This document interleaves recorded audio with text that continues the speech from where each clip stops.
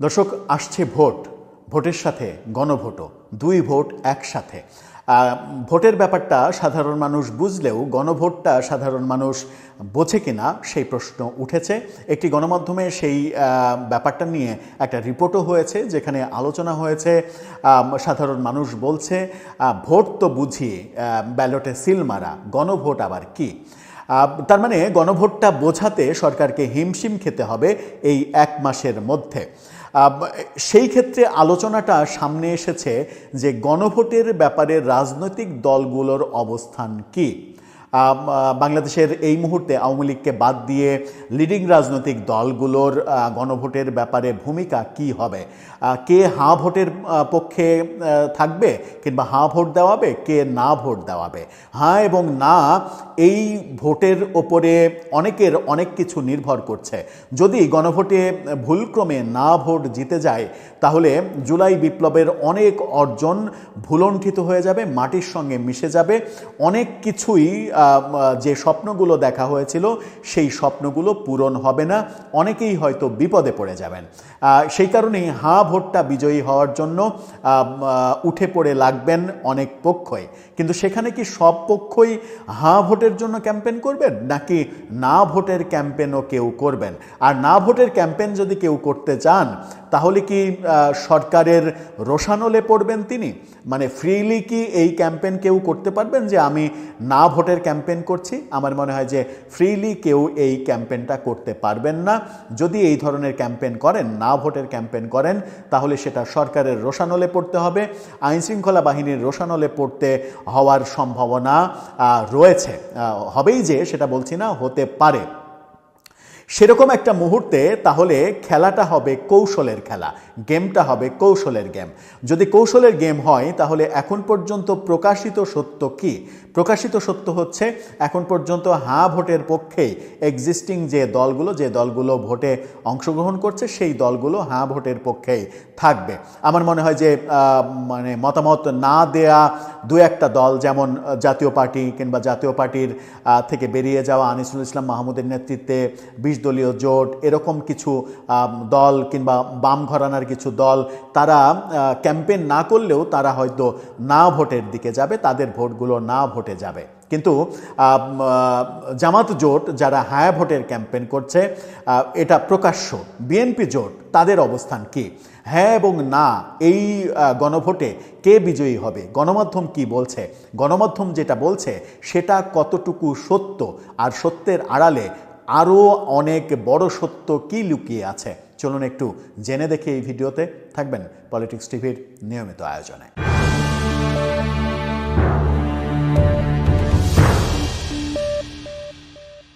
দর্শক, বলছিলাম গণভোটের প্রসঙ্গে, মানুষ যারা সাধারণ ভোটার তারা কিন্তু এখনও জানে না গণভোটটা আদতে কি। আর আরেকটা বড় ব্যাপার সেটা হচ্ছে যে বাংলাদেশের বেশিরভাগ মানুষই এখনও সেই পর্যায়ের শিক্ষিত না, যে পর্যায়ের শিক্ষিত হলে একটা ব্যালটে 4টা পয়েন্ট লেখা থাকবে যে এই হবে, এই হবে, এগুলোর পক্ষে থাকলে আপনি হ্যাঁ দেন, বিপক্ষে থাকলে না দেন, এটা পড়ে বুঝে ভোট দেওয়ার ক্যাপাবিলিটি আমার মনে হয় বাংলাদেশে এই মুহূর্তে 10 to 20% মানুষের হয়তো বা আছে। হ্যাঁ, বলতে পারেন যে বাংলাদেশের তো 70-80% শিক্ষিত মানুষ, ওই জরিপে শিক্ষিত, নাম সই করতে পারে এরকম শিক্ষিত দিয়ে তো আর এটা বিচার করা যাবে না। খুবই শর্ট টাইমে একটা ব্যাপার পড়ে বুঝে হ্যাঁ অথবা নায়ে ভোট দেয়া ব্যাপারটা কিন্তু খুব একটা সহজ নয়।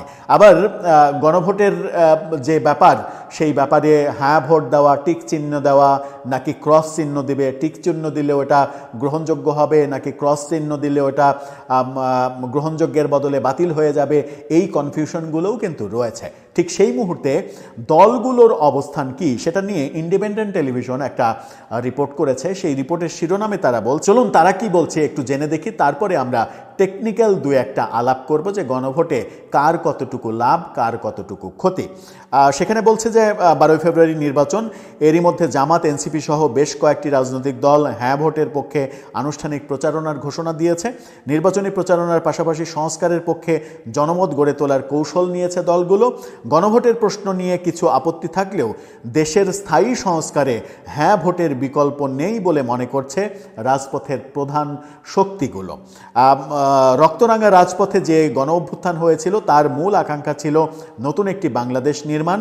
সেই রূপরেখা এবং জুলাই জাতীয় সনদ বাস্তবায়ন আদেশ 2025 বাস্তবায়নের সংবিধানের কয়েকটি মৌলিক সংশোধনী নিয়ে যে গণভোট হচ্ছে, সেই গণভোটে শুরু থেকেই ঐক্যমত্য কমিশনে হওয়া বিষয়গুলো বাস্তবায়নের পক্ষে অবস্থান জানিয়েছে বিএনপি।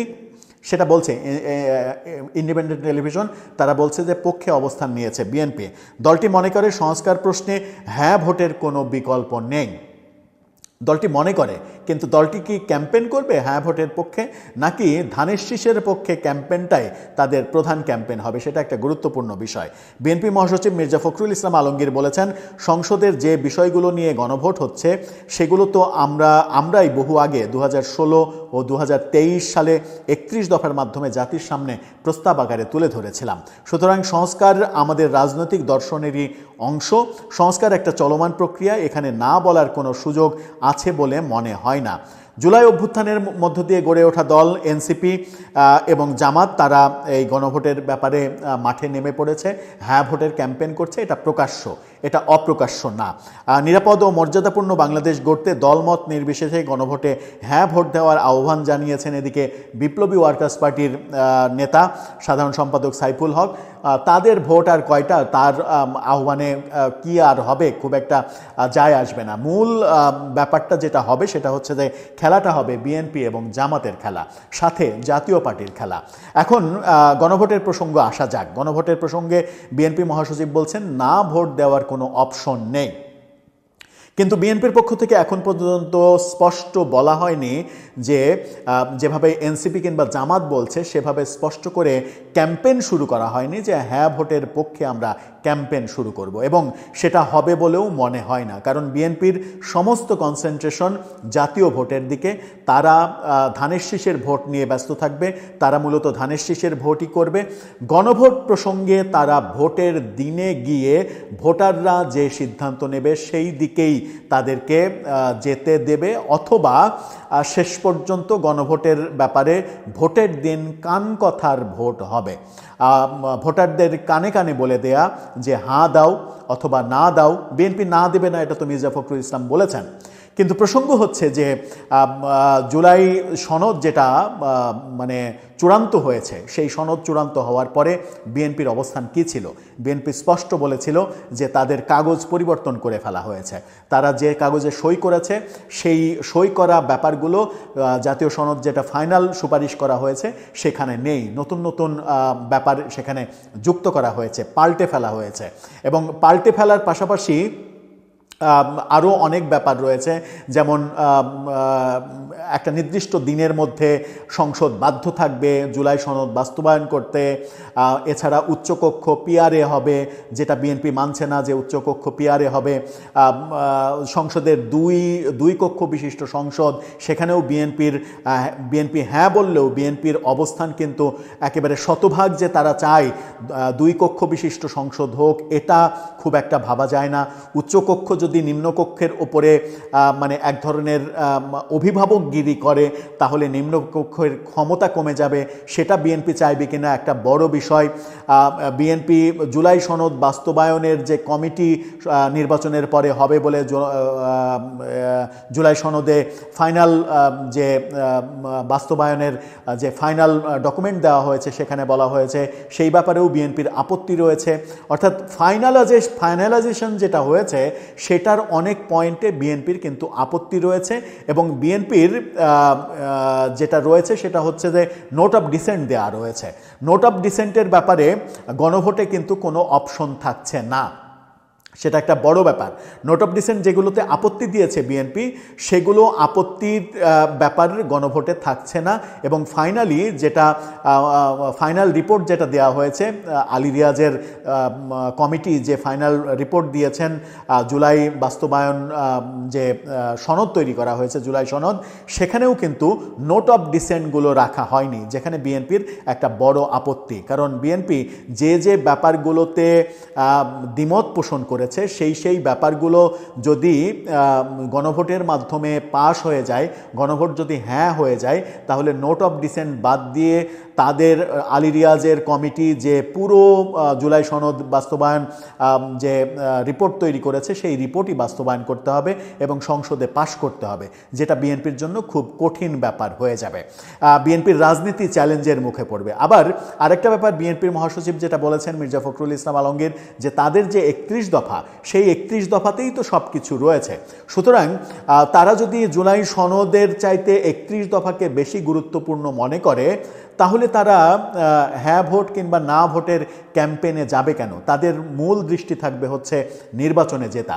তাদের জয় দরকার ধানের শীষে, এবং ধানের শীষে বিজয়ী হওয়ার পরে তারা তাদের 31 দফা নিয়ে মনোযোগী হবে। আর সংসদে যদি 31 দফা নিয়ে মনোযোগী হয়, যেটা তাদের প্রায়োরিটির জায়গা, তাহলে আমার মনে হয় যে গণভোটটা বিএনপির কাছে খুব একটা গুরুত্বপূর্ণ না। গণভোটের ব্যাপারে বিএনপি কিন্তু রাজি হয়নি, তাদের আপত্তি ছিল। এখানেও একটা বড় ব্যাপার, গণভোটের ব্যাপারে বিএনপির প্রথমে আপত্তি ছিল, তারা পরবর্তীতে বলল বৃহত্তর ঐক্যের স্বার্থে তারা রাজি হয়েছে, ছাড় দিয়েছে যে গণভোটটা হোক, কিন্তু নির্বাচনের দিন একই দিনে হোক। তার মানে গণভোট এবং যে কারণে গণভোট হচ্ছে, এই টোটাল বিষয়টার সঙ্গে বিএনপির বহু জায়গায় দ্বিমত রয়েছে।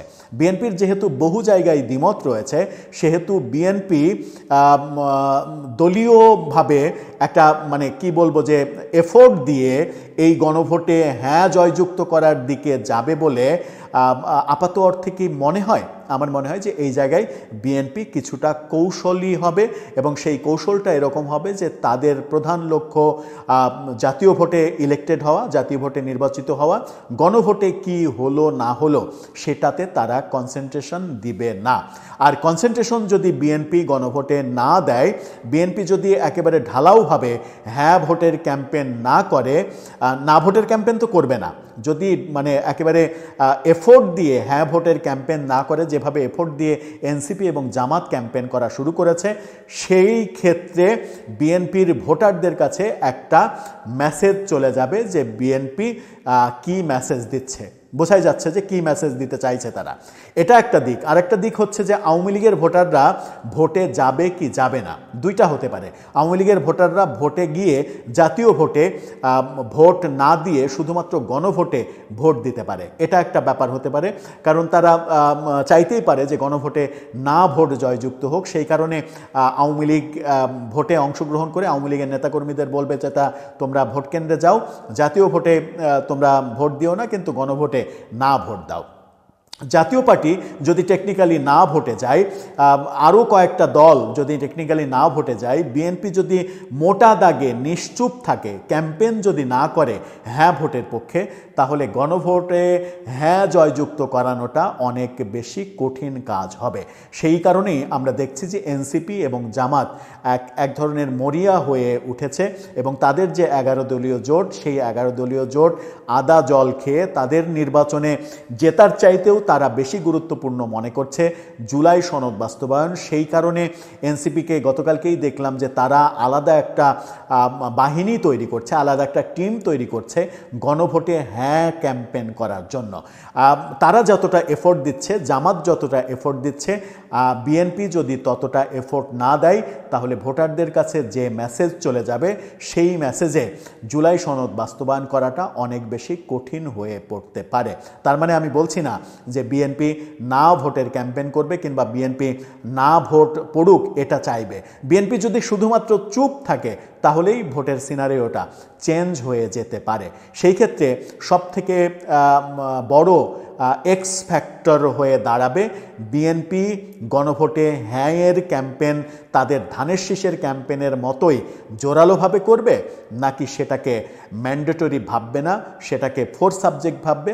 যা হয় হোক, আমরা ধানের শীষকে বিজয়ী করে সরকার গঠন করব, তারপরে গণভোটে যেটা আসে সেই ব্যাপারে আমরা সংসদে আলোচনা করব। সেদিকেই কি যাবে ব্যাপারগুলো? ইকুয়েশনগুলো অনেক জটিল, কিন্তু এই ইকুয়েশনটা অনেক বেশি গুরুত্বপূর্ণ বাংলাদেশের আগামীটা নির্ধারণের জন্য। সরকারের পক্ষ থেকে বারবার বলা হচ্ছে গণভোটে যদি হ্যাঁ জয়যুক্ত না হয় তাহলে মানে ভয়াবহ একটা সর্বনাশ হবে, তাদের ভাষায় ফ্যাসিস্ট আবার ফিরে আসবে। যদি হ্যাঁ জয়যুক্ত হয়, এই ভোটের মাধ্যমে একজন উপদেষ্টা বলছেন যে গণভোটে হ্যাঁ জয়যুক্ত করার মধ্য দিয়ে আগামী নির্বাচনের মধ্য দিয়ে 50 বছরের পরবর্তী 50 বছরের বাংলাদেশ বিনির্মাণ করা যাবে। তার মানে হচ্ছে যে সরকারের মনোযোগ তো গণভোটের দিকে, আর দলগুলোর মনোযোগ হচ্ছে জাতীয় নির্বাচনের দিকে। সরকারের সাথে এনসিপি এবং জামাত জোটের মনোযোগ গণভোটের দিকে, কিন্তু ততটাই মনোযোগী কিনা বিএনপি গণভোট ব্যাপারে সেটা একটা গুরুত্বপূর্ণ ব্যাপার এবং গুরুত্বপূর্ণ ইকুয়েশনও বটে। দর্শক, আপনার কি মনে হয় শেষ পর্যন্ত জাতীয় নির্বাচনে